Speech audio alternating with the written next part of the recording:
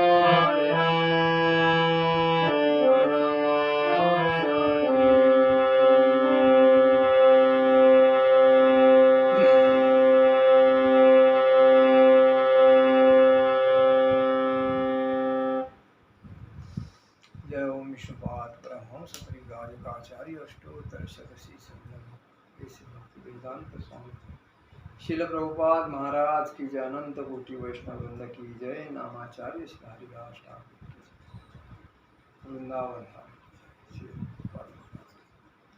आज हम लोग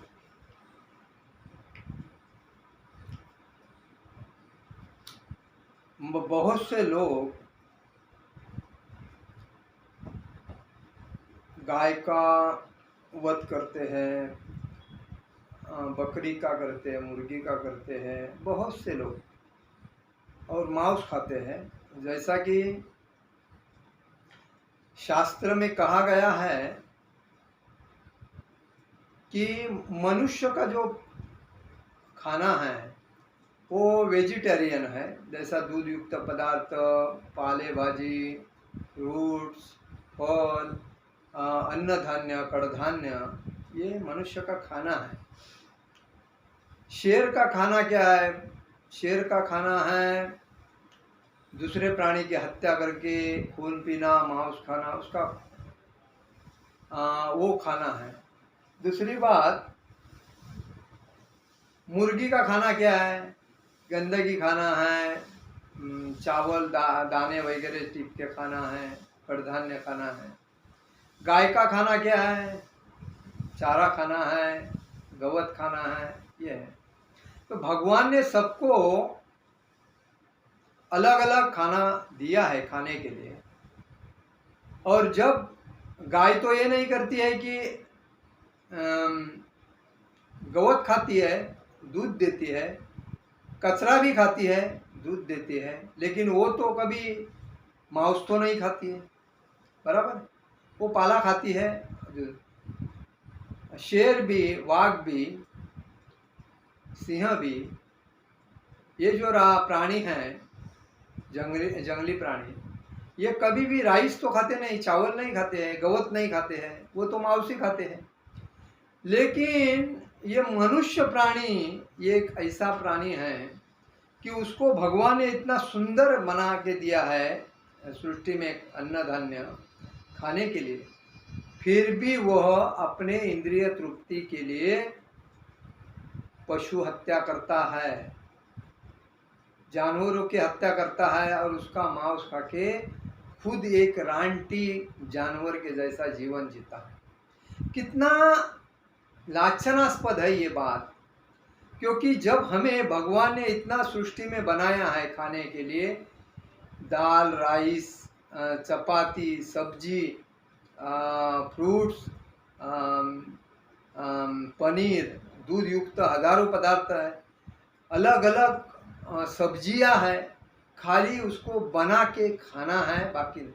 लेकिन हम लोग उसको छोड़ के मांस खाते हैं, मांस खा के हम लोग एक रानटी जैसे होते हैं। तो रानटी जैसे होने की वजह से मनुष्य खुद को मनुष्य है ये भूल जाता है और इसके बाद में वो जानवर प्रवृत्ति अपनाता है। और समाज में आज जो परिस्थिति है वो वैसी है, जो लोग नियमों का पालन नहीं करते हैं, भगवान ने जो नियम दिए हैं उस नियम का अगर पालन करेंगे तो उनको कुछ तकलीफ नहीं होगी, उनका लाइफ भी बढ़ेगा, आरोग्य भी अच्छा रहेगा, पैसा भी वेस्टेज नहीं जाएगा। लेकिन इंद्रिय तृप्ति के लिए जो नहीं करना चाहिए वो करके अपने शरीर की हालत वाट खुद के हाथों से लगा के देते हैं। एक व्यक्ति ने प्रभुपाद जी से यही कहा था कि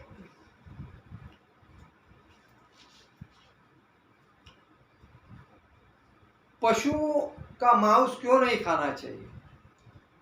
जब आदमी को सब खाने की इच्छा है तो पशु मांस क्यों नहीं खाना चाहिए? तो प्रभुपाद जी ने कहा था पशु मांस कभी खाना चाहिए जब अन्न नहीं मिलता है, कुछ भी नहीं मिलता है, भूख लगी है, तभी आदमी पशु का मांस खा सकता है। लेकिन जब अपने पास सब कुछ है तो बेचारे पशु का वध करके क्यों खाना चाहिए? अपने को अपने पास सब कुछ मिलता है, बराबर? तो यही बात है। तो क्या होता है, आजकल लोग गाय की हत्या करते हैं, बकरी की हत्या करते हैं, बकरे की हत्या करते हैं, बैल की हत्या करते हैं, मुर्गे की हत्या करते हैं, अलग अलग जो प्राणी उनको अच्छे लगते हैं उनकी हत्या करते हैं। कभी कभी लोग जंगल में जाके मोरों की हत्या करते हैं। हाँ, किसके लिए? तो उसका मांस खाने को मिलना चाहिए। और वो उनका मांस खाने के वजह से लोग, आज देखिए कोई कोई लोग होटल चलाते हैं, वो लोग किसका मटन डालते हैं मालूम है? कभी कभी किसी मनुष्य को भी काट के उसका मांस भी डालते हैं, किसको मालूम भी नहीं पड़ता है कि ये किसका मांस मैंने खाया है। तो और वो मांस खाने के बाद वो आदमी एक रानटी जानवर के जैसा बनता है और उसके बाद वो पशु जो पशु जैसा वावरता है वैसा ही मनुष्य वावरता है। और आज देखिए मनुष्य इतना पीछे गया है कि उसको 4 आश्रम दिए हैं, ब्राह्मण, क्षत्रिय, वैश्य, शूद्र। बराबर। तो ब्राह्मण का काम है वो ब्राह्मण करता है, क्षत्रिय का काम क्षत्रिय करता है, शूद्र का काम शूद्र करता है, वैश्य का काम वैश्य करता है। लेकिन फिर भी जब व्यक्ति अपना अन्न धान्य छोड़कर दूसरा का अन्न धान्य जब खाता है तो उसको बहुत तकलीफ होता है। और मनुष्य जीवन में एक्चुअली मांस नहीं खाना चाहिए। इसलिए प्रभुपाद ने कहा है कि गाय अपनी माँ है और आप उसकी हत्या का समर्थन करना और उसको काटना एक गुनाह ही है। आप उससे दूध लेते हैं और जब वो रुद्ध हो जाती है तो उसको मतलब काटने के लिए भेज देते हैं, बाजू में फेंक देते हैं। तो यह अतिशय अयोग्य और दुर्दैवी गोष्ट है। जैसा कि पशु जैसे बकरी है, सुअर है, भैंस है, उनकी भी हत्या की जाती है। और गो हत्या तो सबसे महान पाप है। गाय का जो हत्या करते हैं वो तो सबसे बड़ा पाप है, क्योंकि गाय में 33 कोटि देवता रहते हैं।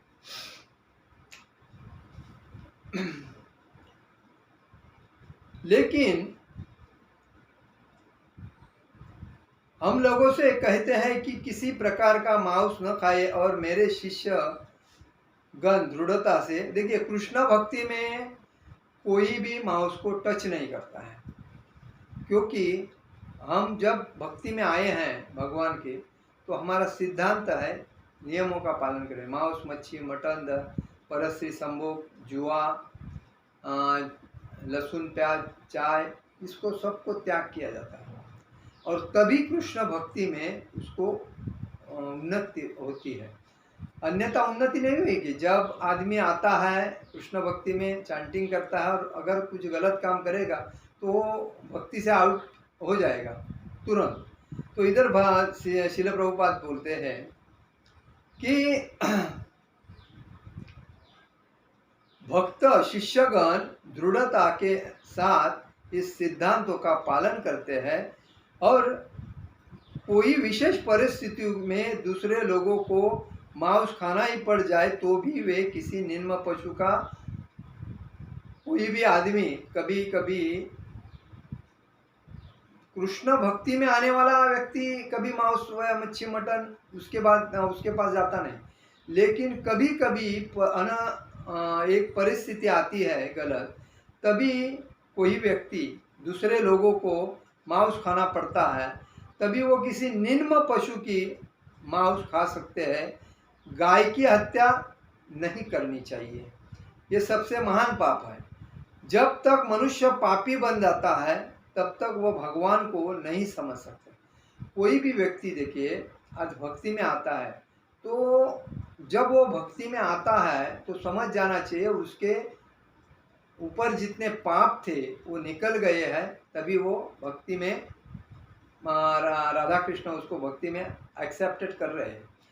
और जिस दिन उसके पाप नहीं होते हैं तब तक उसको कितना भी फोर्स करो वो भक्ति में आएगा नहीं। ऐसा ये है, नियम है। और जिसके हम लोग बोलते हैं भक्ति में आ जाओ, भक्ति करो, चैंटिंग करो, मंदिर में आओ, प्रसाद ग्रहण करो, भक्तों का संग करो, वो आएगा नहीं, क्योंकि उसके फ्यूचर में, भविष्य में उससे पाप होने वाले हैं, अपराध होने वाले हैं और वो टाल नहीं सकते। जैसा नियति ने उसके साथ लिख के रखा है उसके साथ वैसा होएगा।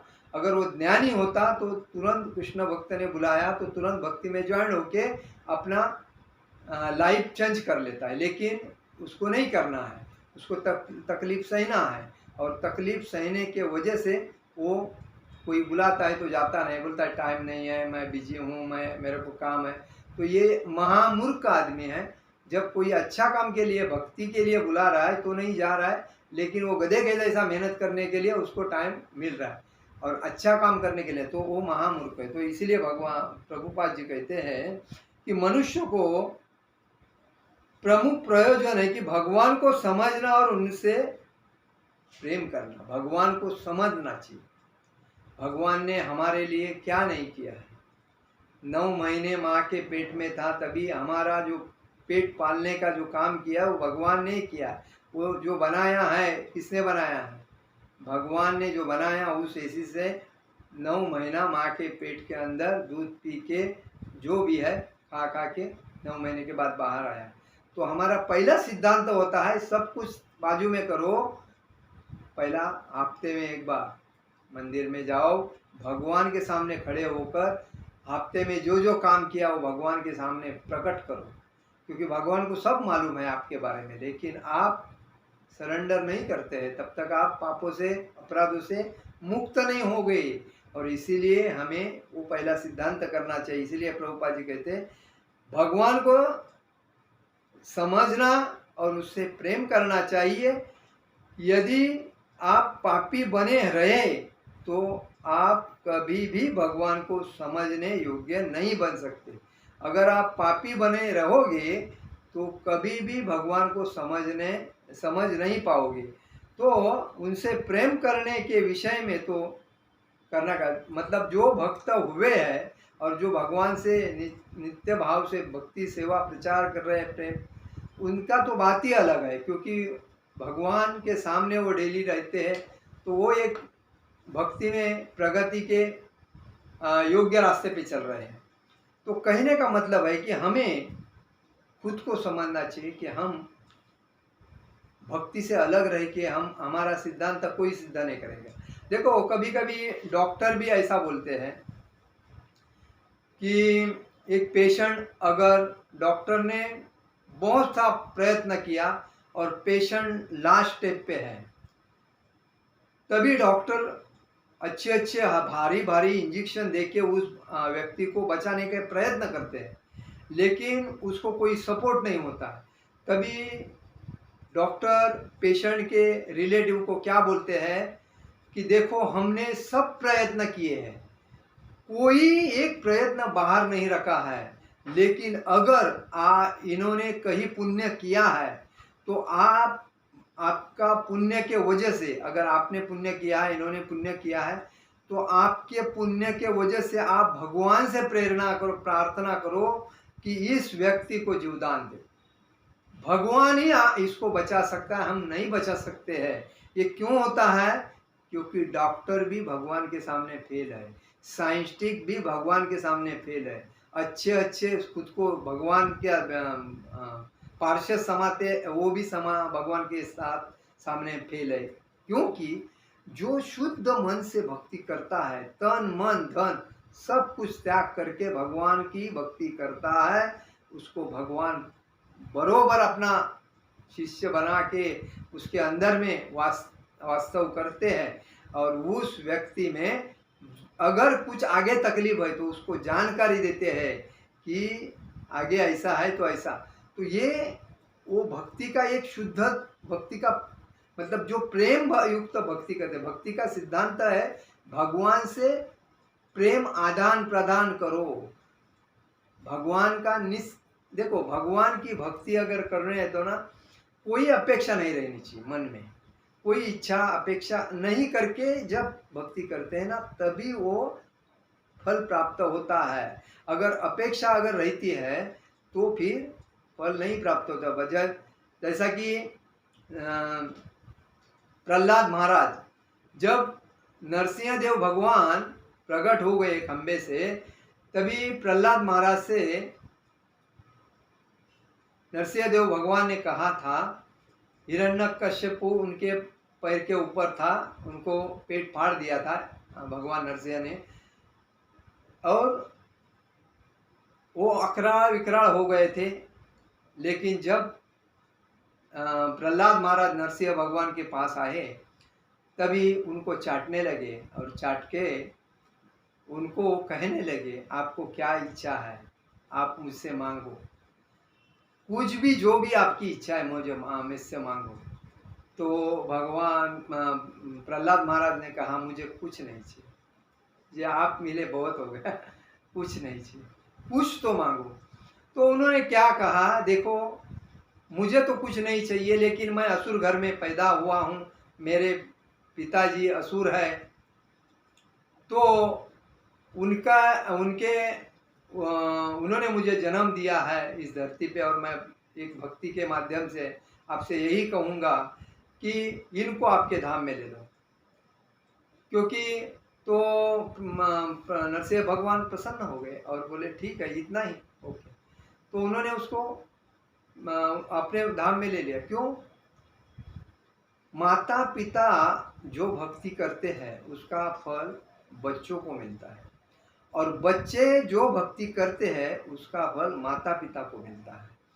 क्योंकि जब छोटे बच्चे रहते हैं तभी माता पिता का जो भक्ति का बच्चों के ऊपर तकलीफ होती है, तभी माता पिता का जो भक्ति होती है उसका फल बच्चों को मिलता है। और जब बच्चे बड़े हो जाते हैं तभी वो भक्ति करते हैं तो उसका फल माता पिता को मिलता है। इसीलिए बच्चों ने कभी भी माता पिता जैसी भक्ति करते वैसे हम भी भक्त उनके पैर के ऊपर पैर रख के भक्त बनना चाहिए, तभी एक दूसरे को सपोर्ट हो जाता है। और दूसरी बात, ऐसे जो बहुत से लोग हैं कि उनके माता पिता भक्त है लेकिन बच्चे बोलते हैं हमको टाइम नहीं है, वो बच्चे महामूर्ख है, क्योंकि वो बोलते हैं कि उनको भक्ति का अर्थ ही मालूम नहीं है।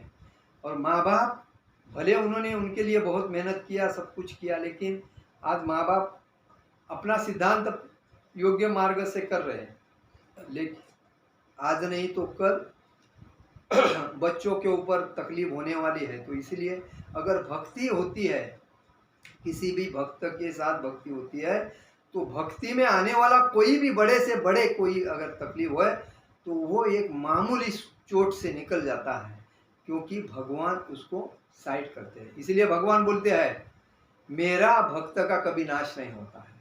ये अर्जुन सबको कह दे मेरे भक्त का कभी नाश नहीं होता है। दूसरी बात भगवान क्या बोलते हैं, जिसको मैं तारता हूं ना उसको कोई मार नहीं सकता, और जिसको मैं मारता हूं ना तो उसको कोई तार नहीं सकता। तो ये सिद्धांत भक्ति का, और इसीलिए हमारा सिद्धांत होना चाहिए कि हमें भक्ति मन पूर्वक कोई अपेक्षा नहीं करके करना चाहिए। आज देखिए कोई लोग मंदिर में सेवा करते हैं या कोई संस्था में सेवा करते होंगे और उसका धन लेते होंगे, तो वो भक्ति वो योग्य नहीं है, क्योंकि वो बोलते हैं यार पेट दिया है तो बाल बच्चे कमा, बात बराबर है, ठीक है, लेकिन भगवान के मंदिर में लोगों का पैसा आने के बाद हम अगर उसमें से लेंगे तो योग्य नहीं है। भगवान की भक्ति करनी है तो मुक्त, और जो वो देते हैं वो अपने मर्जी से देते हैं, वो लेना जरूरी है, वो ठीक है। जैसा कि व्यक्ति को अन्न वस्त्र निवारा इसकी ज़रूरत है और वो तो देते हैं तो वो लेना जरूरी है, क्योंकि हम मांगते नहीं, तो मांगना भी नहीं चाहिए। कोई भगवान से अपेक्षा करता है तभी भक्ति योग्य नहीं होती है, और अपेक्षा नहीं करके जब सुजवण मन से प्रेम पूर्वक हृदय से भक्ति करते हैं वो भक्ति उत्तम भक्ति में गिनी जाती है। और वैसी भक्ति जो होती है वो हमें योग्य रास्ते पे लेके भागवत धाम पर तक पहुंचाती है।